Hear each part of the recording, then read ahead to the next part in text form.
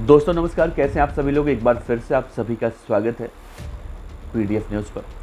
दोस्तों 12 अक्टूबर 2024 यानी इसी महीने बाबा सिद्दीकी की हत्या मुंबई के निर्मल नगर में हो गई, जिसके बाद गैंगस्टर लॉरेंस बिश्नोई की चर्चा एक बार फिर से हो रही है। कोई कह रहा है लॉरेंस बिश्नोई को खत्म कर देना चाहिए, तो कोई कह रहा है लॉरेंस बिश्नोई को जेल में बैठकर लोकसभा और विधानसभा का चुनाव लड़ना चाहिए, तो कुछ ऐसे लोग भी हैं जो कह रहे हैं कि 24 घंटे अगर हमें दे दिया जाए तो 2% के अपराधी, 2% के गुंडे लॉरेंस बिश्नोई को हम जड़ से खत्म कर देंगे। वैसे तो आप समझ गए होंगे ये वाला बयान कौन दिया है लॉरेंस बिश्नोई को लेकर।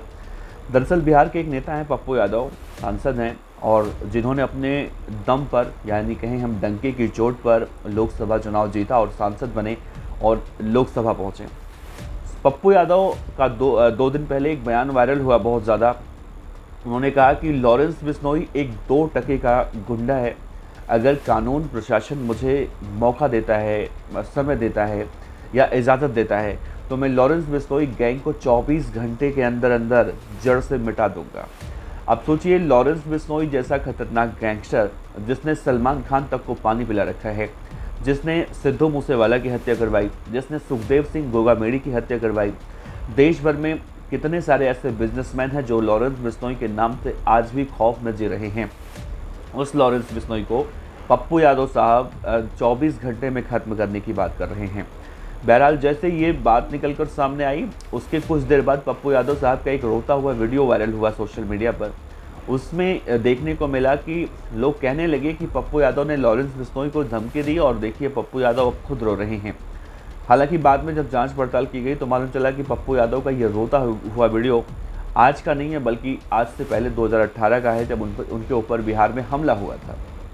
अब इस पूरे मामले को देखें तो इस बात को आप अगर अलग हट रख दें तो सिर्फ और सिर्फ पप्पू यादव का ये जो बयान निकल कर सामने आया है, इसे आप बड़बोला बयान ही कह सकते हैं।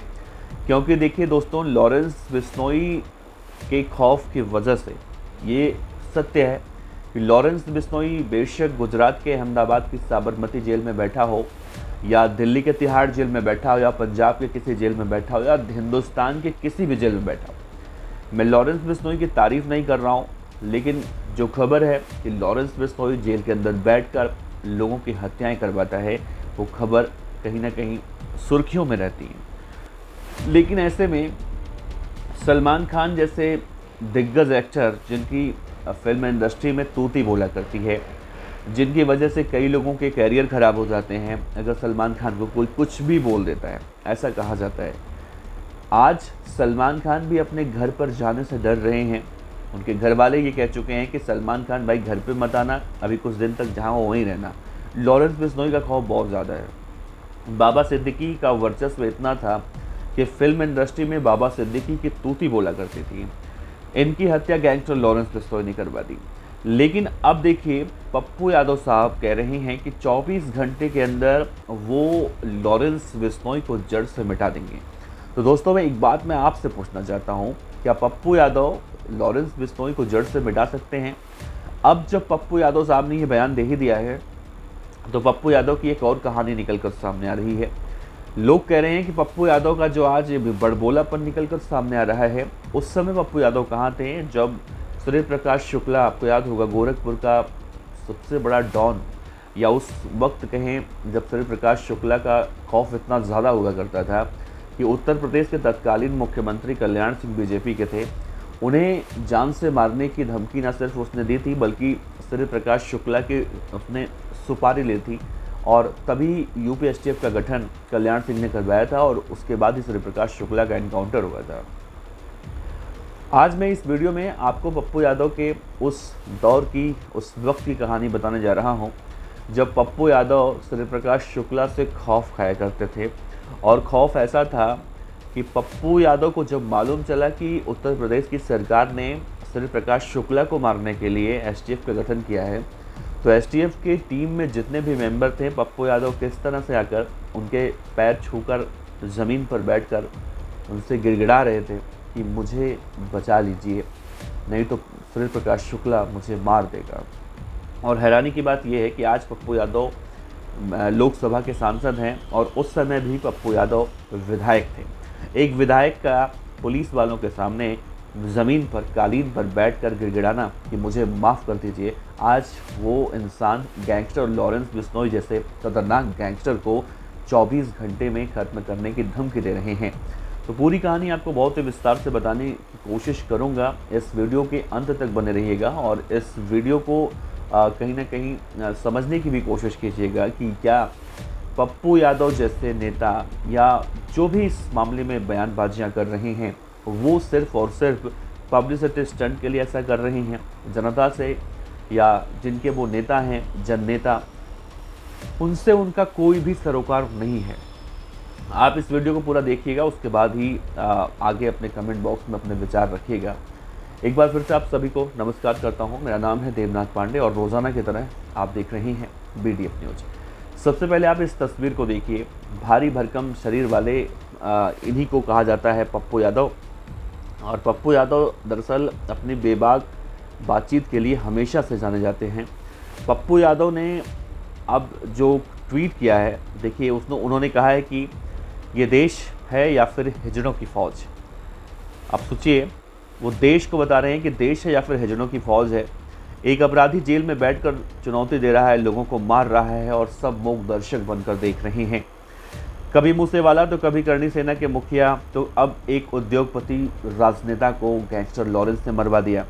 कानून अगर उन्हें इजाज़त देता है तो 24 घंटे में इस लॉरेंस बिश्नोई जैसे 2 टके, यहाँ देखिए 2 टके के अपराधी के पूरे नेटवर्क को ख़त्म कर दूंगा। ये मैं पप्पू यादव की ट्वीट आपको दिखा रहा हूँ, जो पप्पू यादव ने ट्वीट करके इस तरह से उन्होंने बातें कही हैं।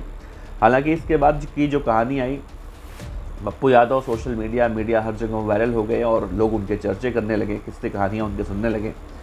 रोता हुआ वीडियो वायरल हुआ तो जांच पड़ताल हुई तो मालूम चला कि रोता हुआ वीडियो भाई साहब ये पुराना है, नया नहीं है। तो देखिए बॉस, कहानी ये है कि पप्पू यादव साहब का अब आप पुराना किस्सा सुनिए, जिसमें उन्होंने गैंगस्टर लॉरेंस बिश्नोई मतलब सूर्य प्रकाश शुक्ला को उन्होंने किस तरह से कहा था कि सूर्य प्रकाश शुक्ला मुझे मार देगा, या तमाम तरह की ये बातें अब निकल कर सामने आ रही हैं।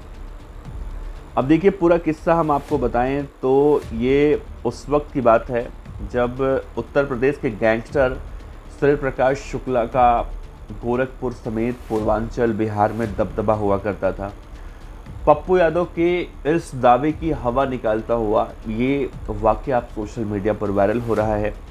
अब सूर्य प्रकाश शुक्ला के इस कहानी को लेकर लोग पप्पू यादव को घेरने की कोशिश कर रहे हैं कि भाई जो पप्पू यादव लॉरेंस बिश्नोई को अगर मारने की बात कर रहे हो तो अपने गिरेबान में झांक कर देखो कि तुम्हारी कितनी पहुंच है, कितना वजूद है, तुम लॉरेंस बिश्नोई को कैसे मार सकते हो, वगैरह वगैरह तमाम ऐसी बातें निकल कर सामने आ रही हैं। इस पूरी कहानी की शुरुआत मैं करूँ तो देखिए, पुलिस की सेवा से रिटायर हो चुके राजेश पांडे हैं, जिन्होंने सूर्य प्रकाश शुक्ला के एनकाउंटर में अहम रोल अदा किया था और STF के इंचार्ज थे। उन्होंने एक अपनी किताब लिखी है जिसका नाम उन्होंने दिया था वर्चस्व। इसमें सूर्य प्रकाश शुक्ला के एनकाउंटर के बारे में बहुत ही विस्तार से उन्होंने बातें बताई हैं।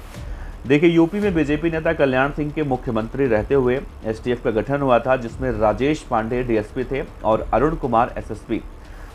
किताब जो है उनकी वर्चस्व, उस किताब के पेज नंबर 200 और 201 पर उन्होंने इस वाक़ये का जिक्र किया है जिसमें पप्पू यादव STF के अधिकारियों से मिलने पहुंचे थे। वर्चस्व किताब में राजेश पांडे ने लिखा है कि अरुण कुमार ऑपरेशन के सिलसिले में एक बार पटना में थे, तब पप्पू यादव उनसे मिलने आते हैं। वो लिखते हैं कि पप्पू यादव सीधे अंदर आते हैं, सभी के पैर छूते हैं, उनका शरीर बहुत भारी है और हाथ जोड़कर खड़े हो रहते हैं। फिर थोड़ी देर के बाद नीचे ज़मीन पर कालीन बिछाता वहीं बैठ जाते हैं।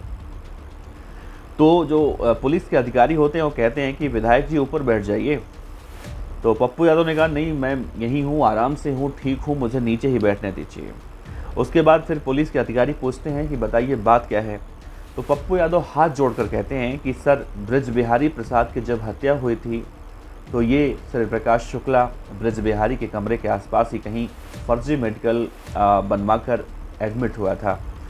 फिर पप्पू यादव बहुत ही विस्तार से बताते हैं कि मेरी बहन PGI में ही रेजिडेंट डॉक्टर है, उसकी शादी अभी तक नहीं हुई है। ब्रज बिहारी प्रसाद की हत्या के 15-20 दिन बाद एक दिन वो अकेले पार्किंग में आकर मेरे सामने, मेरी बहन के सामने खड़ा हो गया, यानी सूर्य प्रकाश शुक्ला की बात कर रहे हो। और जब अरुण कुमार ने सूर्यप्रकाश शुक्ला के बोलचाल, भाषा, कैसा बोलता है, कैसा दिखता है, क्योंकि आज के ज़माने के जैसा वो ज़माना नहीं था। सूर्यप्रकाश शुक्ला की तस्वीर भी नहीं थी। कहा जाता है कि सुनील शेट्टी की बॉडी से और किसी तरह से मैच करके उसकी तस्वीर बनाई गई थी। तो अरुण कुमार जो इस पूरे मामले में वहाँ पर थे पप्पू यादव के सामने, पुलिस के अधिकारी, वो पूछते हैं कि किस तरह का भाषा बोल रहा था। तो पप्पू यादव ने कहा कि सर बहुत ही ठेठ गोरखपुरिया भाषा बोल रहा था। यहाँ तो खैर बिहार की भाषा है, लेकिन उसका लहजा जो है वो पूर्वी उत्तर प्रदेश का था। उसके बाद फिर पुलिस के अधिकारी पूछते हैं उसके बाद क्या हुआ। तो पप्पू यादव बोले कि मैंने अपनी बहन को उसके बाद गाड़ी से भेजना शुरू किया, साथ में 2 आदमी भी भेजता था। एक दिन वो फिर से उसी पीजीआई गेट के सामने जब मेरी बहन जो है गाड़ी से उतरकर अंदर जा रही थी तो सूर्यप्रकाश शुक्ला वहाँ पर आ गया। मेरी बहन डर के मारे नीचे उतरी और अंदर की तरफ भागी और शुक्ला वहाँ से फिर भाग गया। इन सब के बाद पप्पू यादव ने बड़े ही दीन भावना से हाथ जोड़कर विनम्र होकर कहा कि साहब मेरी बहन को बचा लीजिए, मुझे बचा लीजिए। जिसने ब्रज बिहारी प्रसाद को दिन दहाड़े दर्जनों सुरक्षा कर्मियों के बीच मार दिया हो, भला मुझे मारने में, अपने आप को उन्होंने कोट किया कि मुझे मारने में उस सूर्यप्रकाश शुक्ला को कितनी देर लगेगी, मुझे तो वो चुटकी बजाकर मार सकता है। उसके बाद पप्पू यादव कहते हैं मेरी बहन की मुझे बहुत चिंता है, इज्जत की चिंता है, मैंने उसका पीजीआई आना जाना बंद करवा दिया है। लेकिन सूर्यप्रकाश शुक्ला लगातार मेरी बहन को फ़ोन करता है, परेशान करता है, बहन की बहुत चिंता है और मुझे अपनी भी फ़िक्र है, बहन की भी फ़िक्र है। अब सोचिए, जो पप्पू यादव आज कह रहे हैं कि मैं लॉरेंस बिश्नोई जैसे 2 टके के गुंडे को ख़त्म कर दूंगा, उसके नेटवर्क को ध्वस्त कर दूंगा, वो पप्पू यादव उस दौर में कितना डरा करते थे। और आज सिर्फ और सिर्फ कहीं ना कहीं से देखें हम राजनीति से प्रेरित होके, क्योंकि बहुत दिन हो गया पप्पू यादव किसी मामले में सुर्खियों में आए भी नहीं थे। लेकिन इससे अलग देखा जाए तो ये भी सही बात है कि जब कोरोना का दौर चल रहा था, सबने लगभग अपने हाथ पैर खड़े कर दिए थे बिहार की जनता के लिए, खासतौर से अपने विधानसभा लोकसभा क्षेत्र में पप्पू यादव लोगों के लिए मसीहा बनकर भी उभरे थे। ये भी बात सही है और उसी का फल पप्पू यादव को साल 2024 लोकसभा चुनाव में मिला, जब जनता ने सभी बगावतों के बाद उन्हें अपना भरपूर आशीर्वाद भी दिया। तो पप्पू यादव की इस कहानी को लेकर आप क्या कहते हैं बताइए। आपका बहुत बहुत शुक्रिया। नमस्कार। जय हिंद।